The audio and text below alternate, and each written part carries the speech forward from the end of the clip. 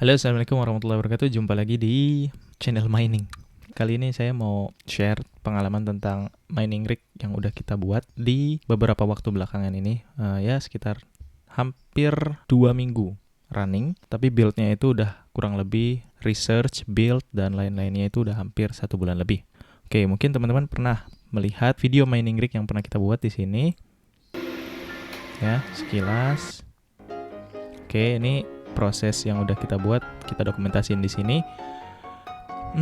Sampai nanti di akhir itu kita uji coba ada 5 VGA, kemudian ditambah di hari berikutnya jadi 6 VGA. Lalu di beberapa hari berikutnya kita tambah lagi jadi 7 VGA sampai ke 8 VGA untuk saat ini. Dan di akhir 8 VGA itu kita dapat sekitar 223 megahash. Oke, sebelum masuk ke situ saya coba login dulu di HiveOS. Tim ini pakai HiveOS untuk memanage mining rig kita. Nah, di sini saya punya 2 worker, artinya 2 rig, dan totalnya itu 8 GPU dengan efisiensi 100%. Dan juga total watt konsumsinya 753, sekitar itu ya. Karena ini paling beda-beda koma dan tahu apapun lah. Lalu di sini daily price-nya kita dapatnya masih yang free, dengan balance-nya ini masih ada $9,63. Nah, balance di sini bisa teman-teman dapetin kalau teman-teman pengen ngikutin pakai HiveOS juga, teman-teman bisa dapetin dengan cara join HiveOS-nya pakai link yang ada di bawah dan masukin kode promo yang ada di bawah. Kalau teman-teman pakai kode promo yang ada di bawah nih, atau saya tulis aja, pakai kode promo XPekerja dan juga pakai link yang ada di bawah atau di komen paling atas yang di-pin, nah teman-teman bisa dapetin $10 pada saat pertama kali daftar HiveOS. Adil kan? Yoi, lanjut ya. Kalau saya klik di XPekerja ini, XPekerja Farm, saya namainnya XPekerja Farm. Saya klik, maka akan ada detail yang mirip kayak tadi. Nah, di sini workernya saya punya ada 2. Yang paling awal saya namain rig 1, kemudian yang rig 2 ini saya namain, yang rig selanjutnya itu saya namain rig 2. Nah, dari rekapan ini kita bisa lihat terakhir kita udah running 2 hari 9 jam. Dari tanggal 15 April 2021 jam 5.27 pagi. Sebenarnya ini udah running dari beberapa hari yang lalu, mungkin ada power loss atau mati listrik atau internetnya mati atau bagaimana, tapi bagusnya di HiveOS ini, HiveOS menyediakan fitur yang auto reboot gitu. Jadi kalau misalnya ada power loss, nanti powernya ada lagi, dia otomatis nyala sendiri dan otomatis start mining lagi. Itu bagusnya. Kemudian di sini ada load average, itu LA. Saya masih belum terlalu paham maksudnya apa, tapi kalau di sini angkanya semakin tinggi, jadi warning ya. Jadi sebisa mungkin LA-nya itu kecil angkanya, 0,04 ini udah kecil. Kemudian fan rata-rata di sini 60% dan dayanya 527 watt untuk rig 1. Nah, untuk daya di sini kita nanti harus setting manual juga untuk konsumsi selain GPU-nya. Kemudian untuk yang rig kedua di sini sama, tapi cuma punya 2 VGA untuk yang rig kedua, baru terpasang 2 VGA dengan load average-nya 0,43. Lihat ya beda ya, 0,02 dan 0,43. Terus untuk rata-rata fan-nya itu 75% dan untuk dayanya 225 watt karena VGA-nya masih lebih sedikit dibanding rig yang pertama. Oke, saya coba klik dulu ke yang rig pertama.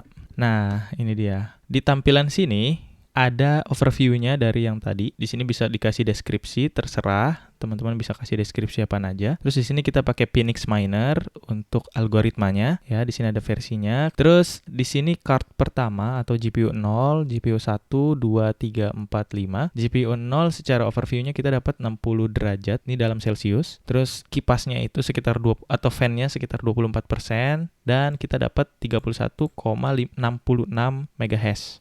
Untuk GPU yang selanjutnya, GPU 1, 24,61 MHz dengan suhu 63 derajat dan fan 60% dan seterusnya sampai ke GPU 5 seperti itu. Terus di sini kita dapat informasi bootnya sudah 22 hari yang lalu. Terus miner uptime-nya itu 2 hari 9 jam. Di sini ada IP lokalnya. IP lokal. Terus di sini ada versi dari HiveOS-nya. Jadi waktu kita pertama kali burn atau bikin image HiveOS, ISO-nya, file.iso-nya itu dapat dari sini juga.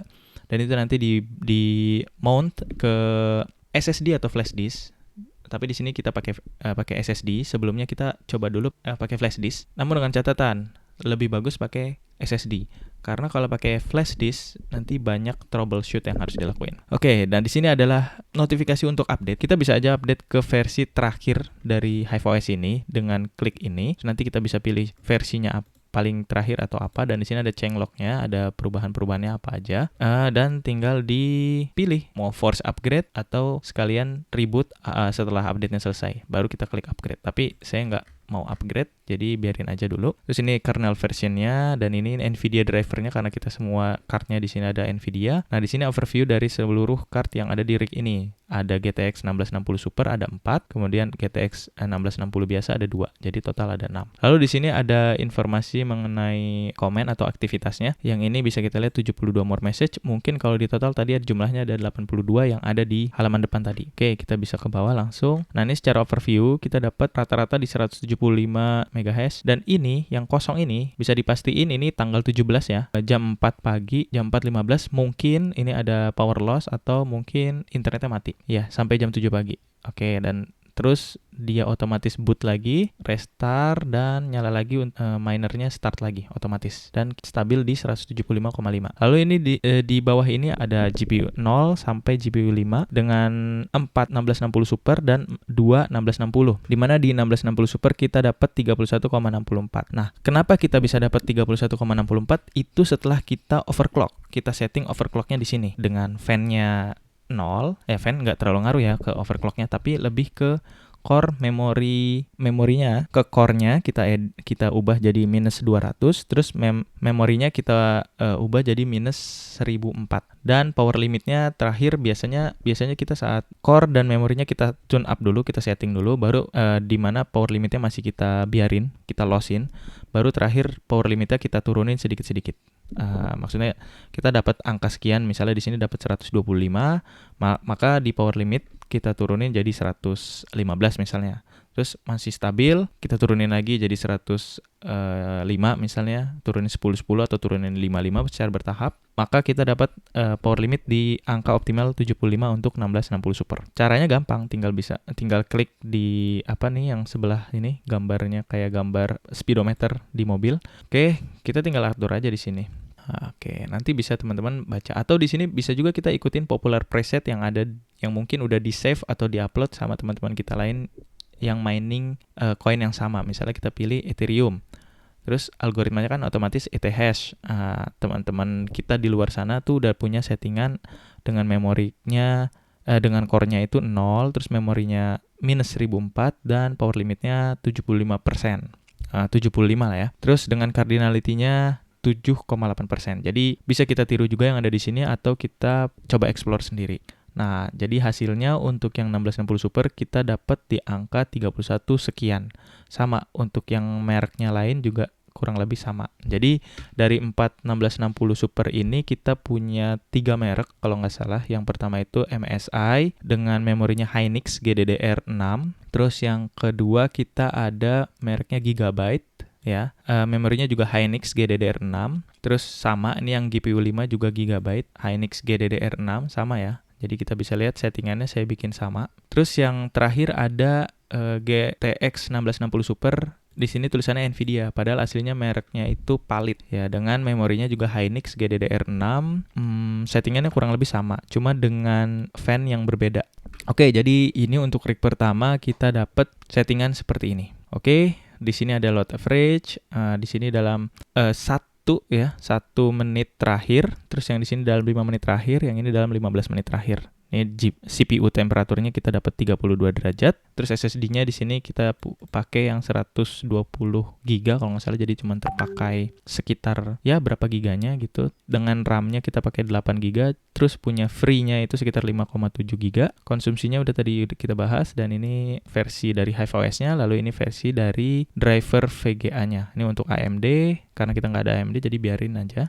Terus dari versi NVIDIA-nya kita masih yang 455, 45.01. Sebenarnya bisa kita update ya. Tapi selama nggak ada konflik atau nggak ada hal yang signifikan harus kita update, ya nggak perlu kita update. Oke, di sini informasi motherboardnya TB250 BTC Biostar Group. Terus CPU-nya itu yang tadi saya sebut udah 3,5 GHz Pentium 4. Lalu disk modelnya ini ada ATA OCZ Vertex 4 128 GB, sorry bukan 120 GB ya. Terus sistem type-nya Linux, kernelnya sekian, nggak perlu kita bahas. Dan di sini kita lihat ke rig 2. Rig 2 kurang lebih sama, tampilannya sama ya. Di sini kita punya 2 card ya, suhunya 55 derajat sama 65 derajat, dan dapat MHS-nya, dapat hash rate-nya 24,76 dan 23,14. Dan di sini informasi card-nya itu kita pakai 1060 6 GB. Jadi masih di bawahnya 1660 Super ya, tapi serinya mirip dengan 1660 biasa. Dan kita dapat 24,76 untuk yang merek FGA, dan kita dapat 23,14 untuk yang, ini saya lupa mereknya apa, tapi dia pakai memorinya itu Micron. Kalau yang FGA itu kita pakai memori yang dia pakai memori yang Samsung GDDR5 sama ya.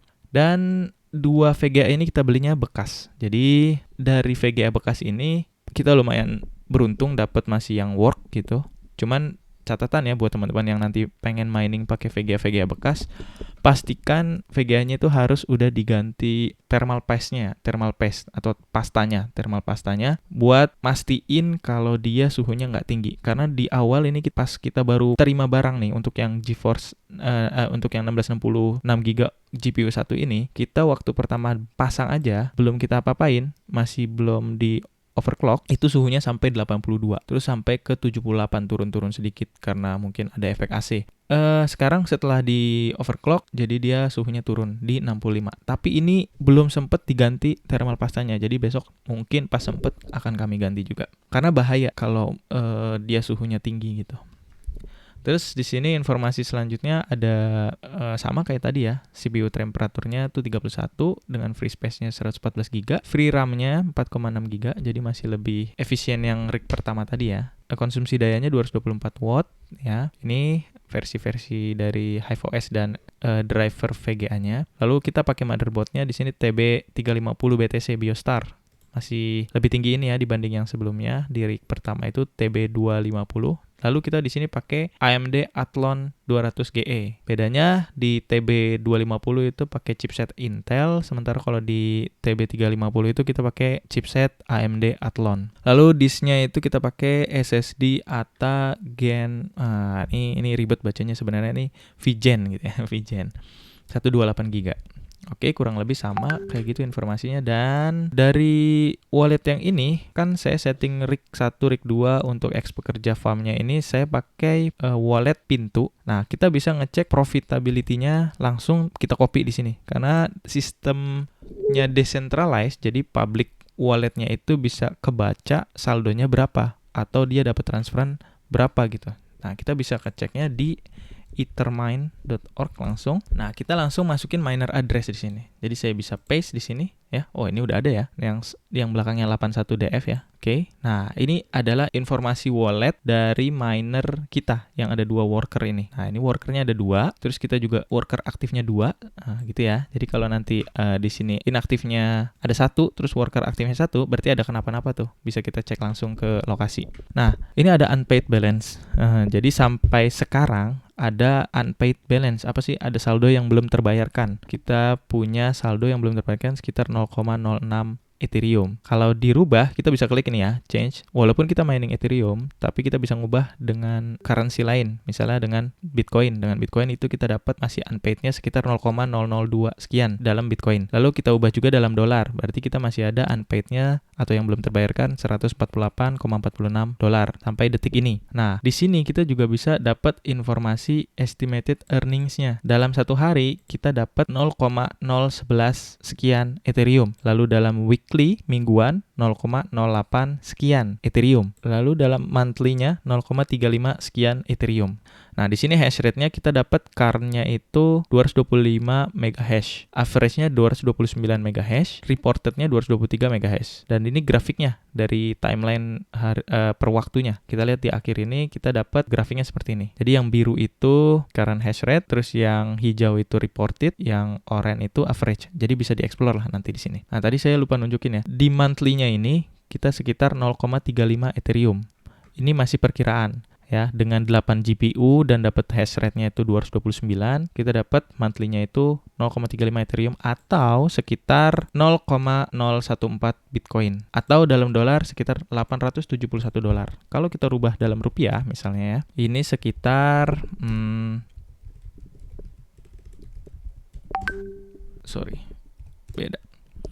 sekitar 12,6 juta rupiah.